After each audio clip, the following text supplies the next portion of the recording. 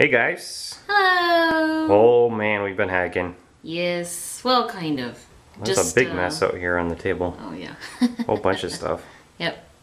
So we're just chilling out in the studio, and Addie's working on something or other here. Correct. got? So in the ever ongoing series of looking at these different modules that Parallax Incorporated provides, today we are going to be looking at the altimeter module. And the altimeter module. What's an altimeter? Yeah.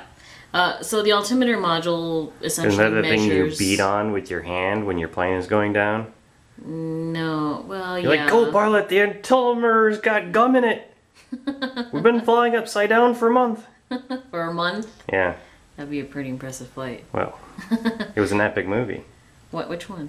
The fake one that I just came up with to explain my silly point. I see. Okay, so the altimeter module measures altitude, and it does so by measuring barometric pressure. And actually, if you can see the... Okay, so barometric pressure, for those who don't know, what's that? That's like the pressure of the air, The or weight air of pressure the weight of the column of air that is above between your head. the top of the sensor and space. Right.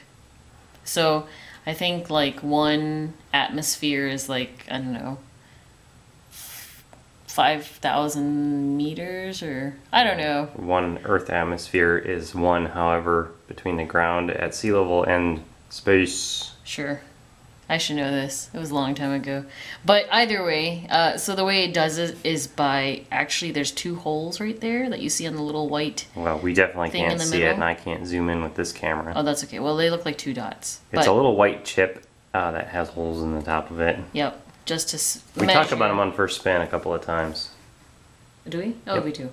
We do. So, as you know, like when folks climb mountains, the air pressure decreases because there's less pressure of air on them. So this thing works by detecting the air changes. pressure to determine how high up you are. Correct.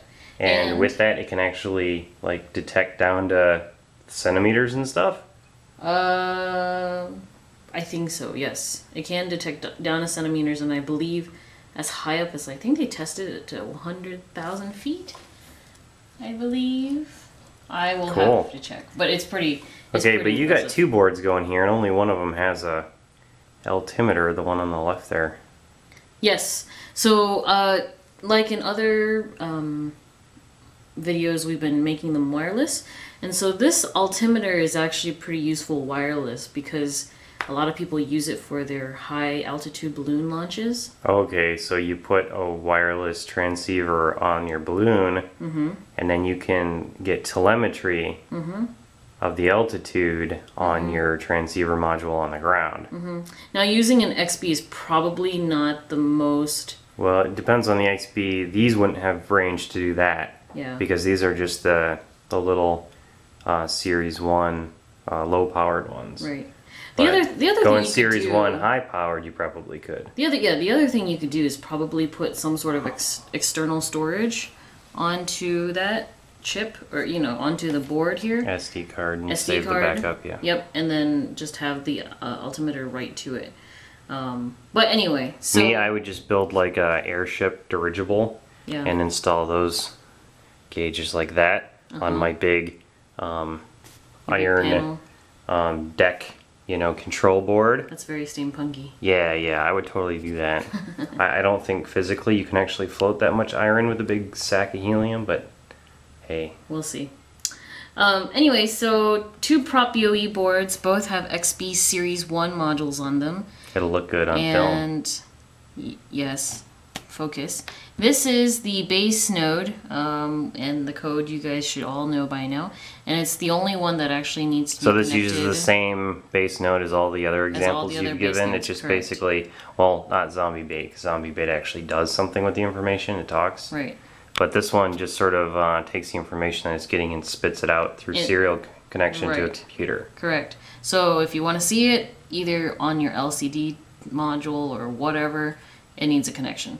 And then this one is connected to a completely different computer just for power. And this is considered the wireless option. I mean, I could probably put the 9-volt battery on there and put it somewhere else and measure. Yep. And this is, so the module is an I2C module, and so we just have 4 wires, one going to the clock pin, one going to data line pin, one going to power, and one going to ground.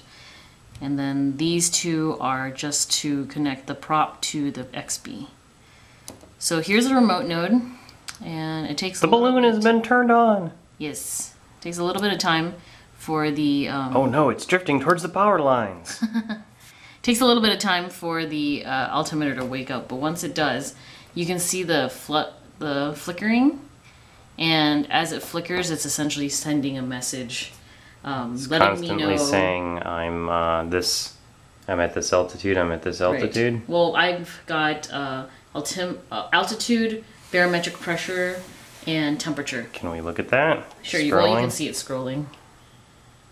So it's going going scrolling super faster fast. than I can read it, but yep, you don't really want human speeds. You want hardcore speeds. so then you can do like feedback and logging and stuff. Right.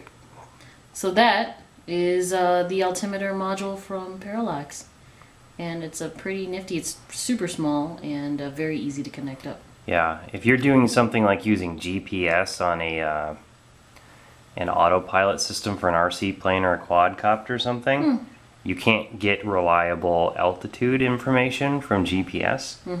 So this is a great way to enhance your ability to locate yourself in 3 dimensions. Yep.